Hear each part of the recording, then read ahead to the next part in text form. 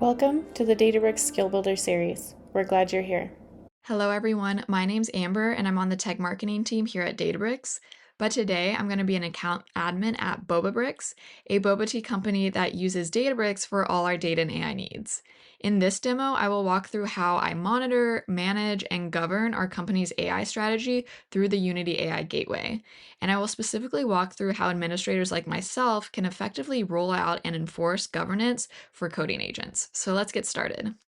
We're going to start in our AI Gateway tab in our Databricks workspace. And this is where admins can monitor our company's larger AI strategy. Here we can see all the available proprietary models, open source models, and coding agents. So if you're using Codex, Claude Code, or another coding agent, they are all centrally governed through Unity AI Gateway. In addition to governing models, all MCP servers and the tools that they're using are also centrally governed. So by clicking into the MCP tab here, I can edit the capabilities of these servers. Let's take my GitHub MCP server, for example. Here I'm able to select and edit the tools that are available for use. This means that I'm able to select which tools from this MCP server get exposed to my agents. Going back to our AI Gateway tab, I can actually click into any of these natively available models to see their governance setup.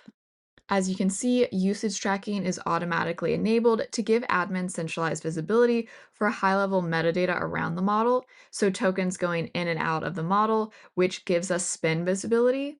And in order to track that spin visibility, I'm going to go back to my models and go into the right-hand corner under Govern and select my usage dashboard.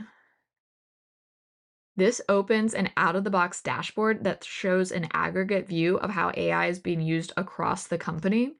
And while I'm showing the out-of-the-box version, this is fully customizable.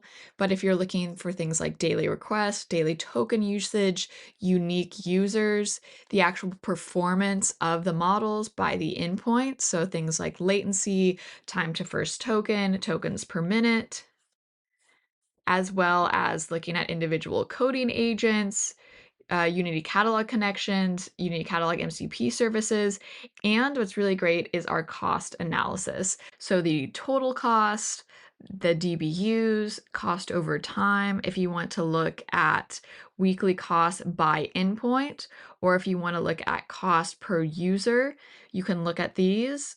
Now, as an admin, you're in charge of budgets. So if there's an individual user that's spending too much money, or if there's a workspace or a group that's spending too much money and you want to enable budgets, I'm going to show you how to do that now.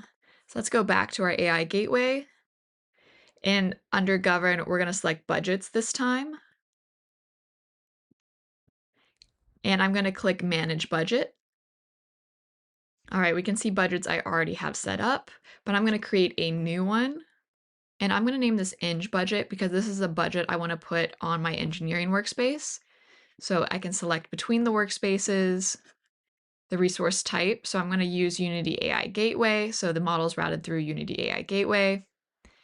Shared thresholds. Let's say we're going to give them $10,000. And we're actually going to block usage on this shared threshold. And I can just type in my email. Now I can keep this just as a shared threshold, but let's say that in the dashboard, I realized there are just 2 or 3 individuals that were using a majority of the budget. So I want to add per user thresholds. And then I'm going to say no one gets to use over 5,000 of the budget. And instead of blocking usage, I'm just going to send an alert and I can add in their individual emails here. Create this new budget. And then I'm going to go back to my workspace. I'm going to click the Add Model button. And this is how we create a model service. I just have to select the catalog, the schema, the provider if it's Databricks hosted. And if I want to use an external provider, I can select between my list of external providers, or I can create a new external provider. So let's do that now. Going into my Providers tab, as you can see, I already have one OpenAI endpoint. I'm going to add a new one. I'm going to select my Bobabricks demo, and I'm going to name this model Boba1. I already have an API key copied, ready to go. And then I'm going to select the latest models. I have a little summary over here, the name, the provider, the model selected, create this endpoint. All right, and now that's ready to go. But a major concern I have as an admin is that if I give this model over to my engineering team, that there could be some sensitive data that gets leaked. So I'm going to go over to my policies and create a new policy. I'm going to name this all PII. It's going to apply to all account users.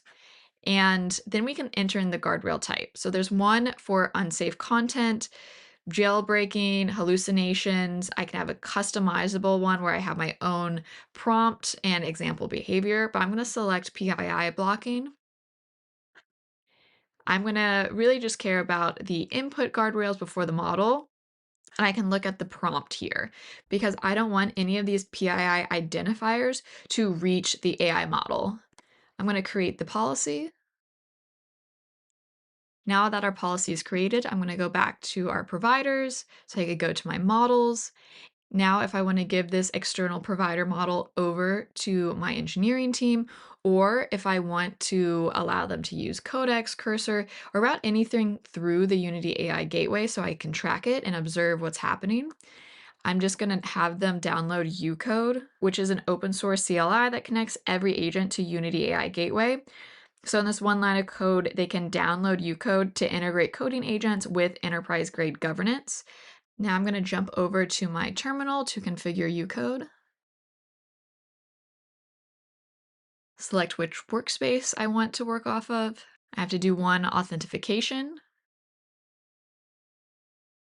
Now it's giving me the coding agents I can configure. I'll update that later. And the way I want Codex to be configured is going to be with the external models, and I'm going to use Boba1. All right, now everything is configured. Note the only external provider is Codex. Now I can open Ucode Codex. All right, and then from Codex, I'm going to say that my email is amber@databricks.com. My SSN is 123456789. What is my address? And as expected, this is being blocked by our input policy, all PII, right? So we had email address, that's blocked, social security number, that's blocked. So it's reading the type of PII that was detected and blocking it so this never actually reaches the model. So now that we know that is working properly, there's still one thing that I want to be able to view as an admin to make sure that no sensitive data was leaked and everything was locked down as expected. So I'm going to go back to my Unity AI gateway. And under Govern, I'm going to select Traces. And now I can see all the latest traces that I had as an admin view. So really a full picture of all the LLMs that are being used in my org. I'm going to go to the trace with the latest error. Here I can see that my name is Amber at Databricks. This is my social security number. What's my address? That got flagged and there was no output. So you just see the input, no output available, and it was blocked before reaching the model. Now, if I look at this trace that has an OK next to it, we can see that the policy we put in place is working effectively.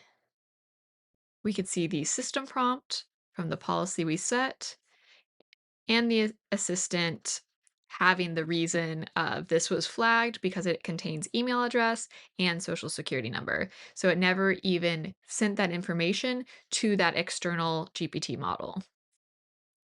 All right, that concludes the demo. And just a quick overview, I've walked through how admins can gain centralized visibility and control over their AI strategy, specifically through rolling out and enforcing governance for coding agents in Unity AI Gateway.